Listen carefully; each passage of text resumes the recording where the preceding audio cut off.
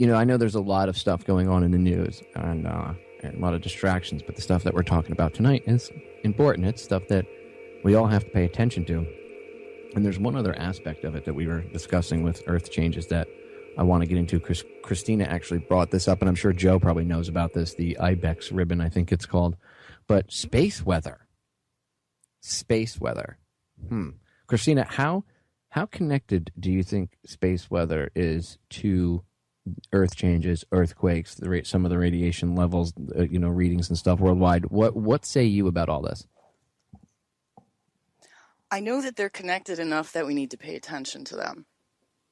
And usually what I cover is nuclear issues. And in the last few months, we've had a couple instances of like things blowing up at nuclear plants around the U.S. In fact, on September 16th, we had, I believe it was 6 plants. One was in Canada, 5 were in the U.S. that were all shut down because of electrical problems. And the one at Fermi was the one that I was really paying attention to because they had a significant problem there. And I had called the NRC and I basically got, just lied to ad nauseum. I put the phone call up on YouTube and you can check it out with their spokesperson, Victoria, the chick that doubles as a belly dancer, that one. Yeah, true story. It's all on YouTube. So, we had like one day where 6 plants went down, all with electrical problems, all pretty much like in the Midwest. I think one might have been in Arizona. Palo Verde might have had a problem around the same time. And now we've got, Indian Point's had a couple problems, another electrical problem last night, possible explosion there. I still haven't found out what exactly went down there. And I know if I call the NRC, they'll just lie to me anyway. So I'm trying to find out just from like people in the area what happened. But with the power outages and these electrical problems and, earth changes, and then if you pay any attention to space weather and auroras, you may have noticed in the last couple of months, northern lights are being seen all over the place. They were seeing them like every day in Michigan and Minnesota for a couple weeks back. Huge energetic events from the sun. And sometimes we have these auroras that happen and there is no like forecast from space weather that they're going to occur. So this is like, energies that are coming from space that they're not expecting to see.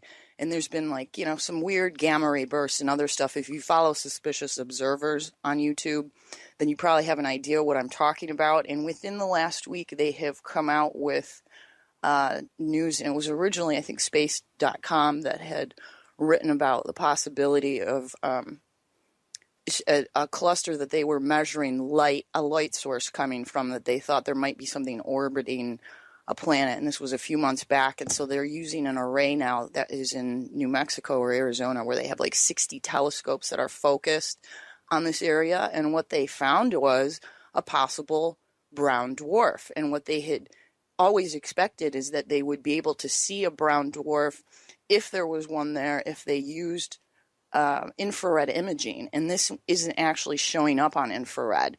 And, a paper was written on it. I have the paper, a link to the paper on the Radchick page on Facebook, and I'll put it out on Twitter again after this show for people who want to read it. This is being widely discussed. And in fact, the scientists and astronomers, they're not the first ones to bring this up. Obviously, people have been like talking about, possibility of Nibiru and things like that coming into our solar system. And it turns out that this possible brown dwarf is actually in our heliosphere. Oh, geez. I mean, that's how close this thing is, and whether or not, could this have some kind of gravitational effect on our plate tectonics? Is this causing some of the earth changes that we're seeing? Is it causing some of the temp changes, crazy weather, or is this other environmental problems? How much is coming from where? And then what are you going to do about it anyway? You guys didn't tell Chris about the brown dwarf, did you? Please. No, I didn't tell him about Nibiru. I didn't. Shh, no. Quiet. No. No, Don't do that. there's been an energetic area of space called the ribbon, or they call it a fluffy cloud, an ibex ribbon, magnetic ribbon, a bunch of different names for it that they've known about for decades. That this was in existence, and they think we might be passing through some of the particles. So, is that a possibility? Well, Is something from I was outer space affecting what's happening here on Earth? I think that's a much bigger possibility than how many people are driving SUVs and things like that. Okay, but Yeah. there's a guy. His name was Lance, and he had a YouTube account, and it's still up. It's called the United Knowledge. And he had been following these like booms that people had been hearing and plotting earthquakes over the last number of years. And it always seems to happen around the same time of the year. It starts around September.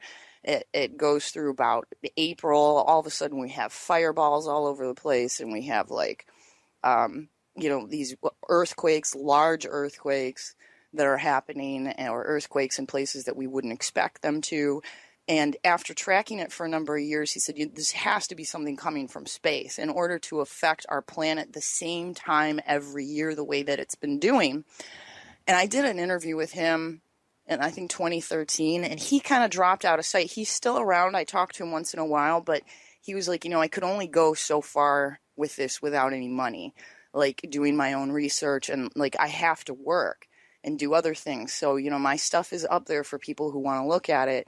And if you have any interest in how many of these things could be connected, I think he's done probably by far the best work on it out of anybody that I've seen that discusses Earth changes. And his YouTube channel is called The United Knowledge. And the interview I did with him, I think, was called Boom Doom.